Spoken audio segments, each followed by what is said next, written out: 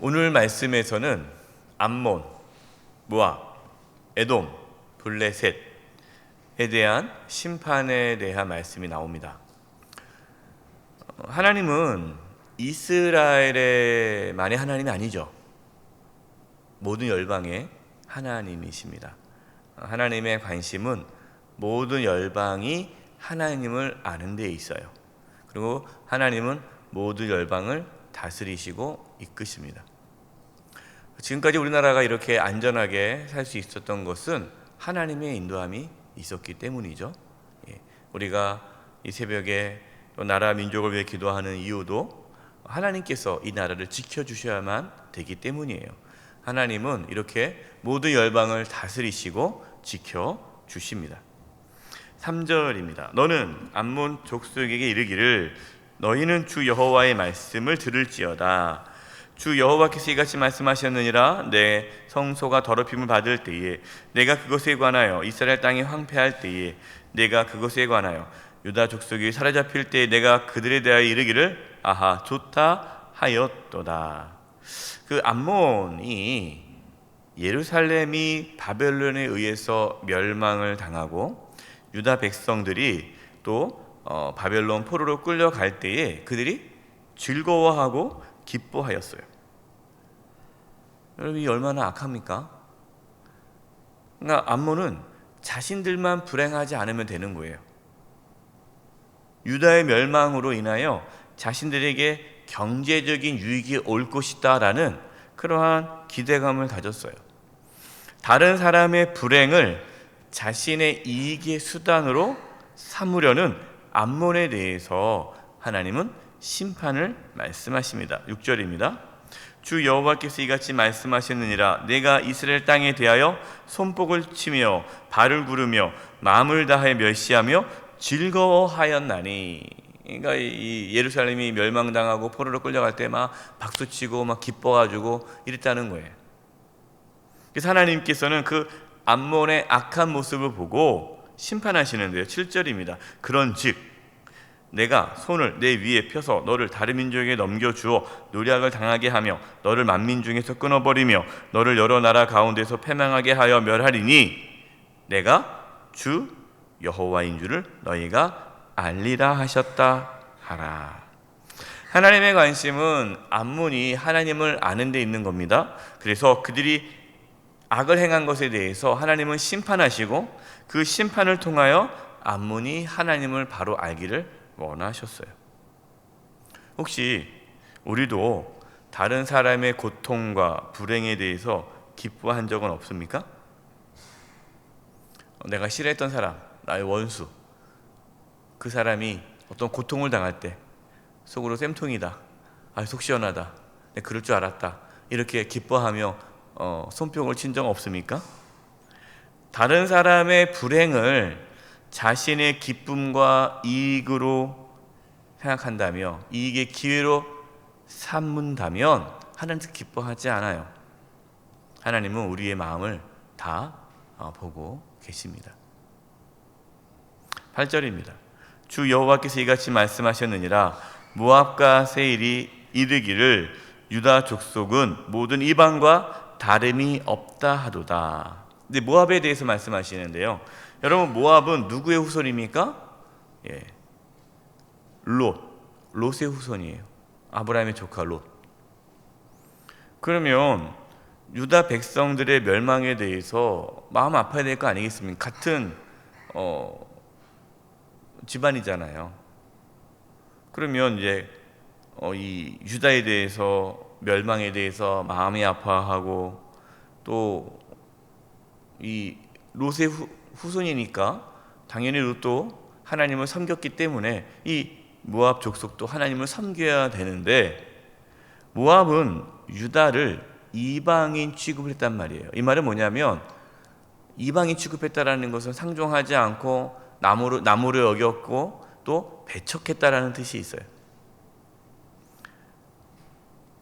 그러니까 모압도 암몬처럼 유다의 멸망을 기뻐하고 함께 마음을 나누지 않은 거예요. 유다가 힘들 때, 고통 가운데 있을 때에 함께 마음을 아파하고 도와주고 이렇지 않고 똑같이 아몬과 기뻐하고 남의 일처럼 기뻐하고 즐거워하고 그랬다는 거예요. 그래서 하나님은 모압도 암몬처럼 심판을 받게 될 것이다 라고 말씀합니다. 10절과 11절. 암몬 족속과 더불어 동방 사람에게 넘겨주어 기업을 삼게 할 것이라. 암몬 족속이 다시는 이방 가운데서 기억되지 아니하게 하려니와 내가 모압에 벌을 내리리니 내가 주 여호와인 줄 너희가 알리라. 하나님께서 모압을 벌하시는 이유도 모압이 하나님을 알게 하기 위해서다라고 말씀하시죠. 이제 세 번째 에돔이 나옵니다. 에돔은 누구의 후손입니까?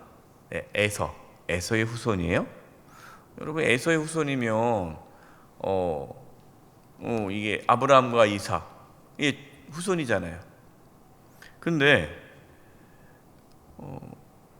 이 에서의 후손인 에돔도 유다가 바벨론에 의해서 멸망당할 때 기뻐하는 거예요. 같은 집안이고 가족인데, 또 그뿐만 아니라 이 에돔은 예루살렘이 이제 바벨론에 의해서 이제 성이 무너지지 않았습니까? 그때 침략을 해요. 침략을 해서 그 있는 것마저도 싹 약탈해 갑니다. 얼마나 정말 악합니까, 에돔이. 유다가 힘이 없을 때 침략해서 약탈한 거예요. 그래서 12절, 주 여호와께서 이같이 말씀하셨느니라. 에돔이 유다 족속을 쳐서 원수를 갚았고 원수를 갚음으로 심히 범죄하였도다. 하나님께서 이렇게 에돔을 심판하셔서 원수를 갚아주시는데요. 14절, 내가 내 백성 이스라엘 손으로 내 원수를 에돔에게 갚으리니 그들이 내 진노와 분노를 따라 에돔에 행한즉 내가 원수를 갚음인 줄을 에돔이 알리라. 주 여호와의 말씀이니라. 여러분, 원수는 누구 손에 맡겨야 돼요? 하나님 손에 맡기세요. 누가 여러분을 괴롭히고 힘들게 하고 마음을 상하게 하고 막 그랬다면 그 원수를 갚지 마세요. 원수는 하나님이 갚으십니다. 우리는 대신 원수와 어떻게 해야 돼요? 원수와 더불어 화목하게 지내야 돼요. 그래서 옛말에 미운자식 떡 하나 더 준다고 이렇게 원수가 있으면 더 잘해주고 더 친절을 베풀고, 또 원수가 고통을 당할 때 함께 아파하고 도와주고, 이것이 우리 그리스도인들의 삶의 모습이죠. 여러분, 누구를 만나도 잘해줘야 됩니다. 그리고 이웃의 아픔과 고통을 함께 나눠야 되고, 또 힘든 가운데 있는 분들을 도와줘야 돼요. 여러분, 외면하면 안 돼요. 그러니까 하나님께서는 그냥 단순히 도와줘라 차원이 아니라 도와주지 않는 게 악이라는 거예요. 누군가 고통 가운데 있을 때, 어려움 가운데 있을 때 그냥 그것을 방관하고 그를 신경 쓰지 않고 남의 일처럼 여겨버리는 것, 그 자체가 죄라는 거예요. 그래서 우리 주변에, 물론 우리가 다 어려운 사람을 다 도울 수 없겠죠. 그러나 내 주변에 어려운 사람이 있을 때 내가 할 수 있는 범위 내에서 최선을 돕는 것, 여러분, 이것이 하나님의 뜻입니다. 나만 잘 살면 돼. 우리 가족만 잘 살면 돼. 교회도 그렇죠. 우리 교회만 잘 되면 돼.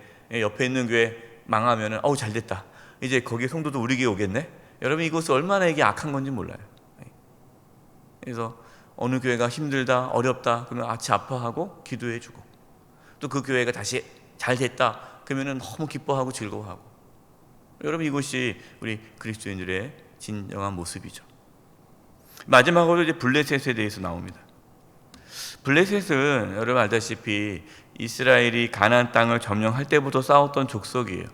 참 블레셋과는 끈질기게 싸우죠. 모든 이 이스라엘 역사 가운데는 이 블레셋과 끊임없이 싸우는 그러한 관계입니다. 15절, 주 여호와께서 이같이 말씀하셨느니라.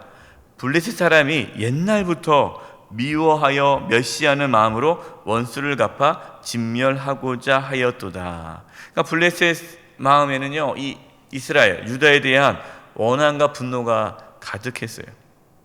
그래서 블레셋은 예루살렘이 바벨론에 의해서 멸망당할 때에 이 유다를 침략해서 원수를 갚으려고 했습니다. 하나님은 원수를 갚으려는 이 블레셋을 오히려 심판하셨어요. 여러분, 우리 마음에 누군가에 대한 미움과 분노가 가득하면요, 삶이 불행해집니다. 내가 복수하고 말 거야. 내가 가만두나 봐라. 내가 언젠가 내가 갚을 거야.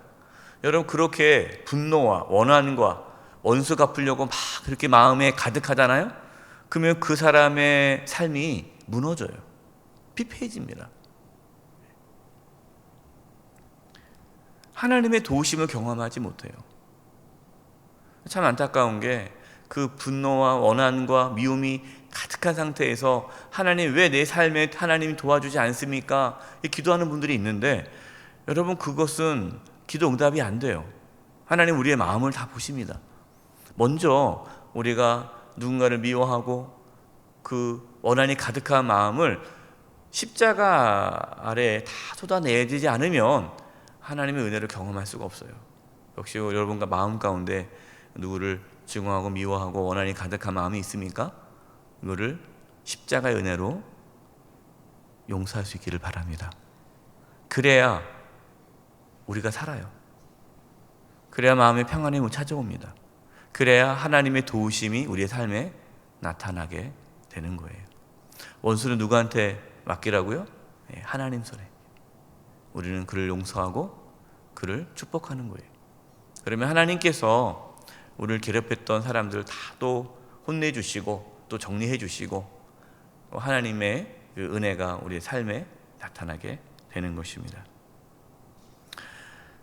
저와 여러분, 연약한 이웃에 대한 고통, 아픔을 외면하지 마시고 함께 아파할 수 있기를 바랍니다.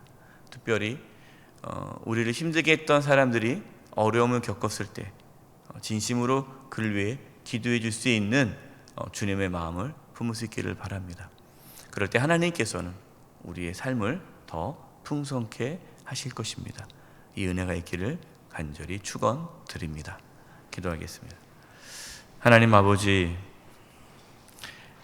주변에 고통과 아픔을 겪고 있는 분들을 외면하지 말게 해주시고 함께 아파하며 도울 수 있도록 도와주시옵소서.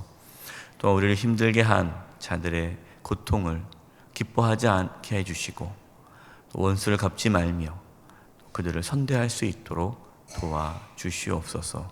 그래서 저희들의 삶에 하나님께 주시는 평안과 또 보호하심과 인도하심이 차고 넘치게 하여 주옵소서. 예수님의 이름으로 기도드립니다. 아멘.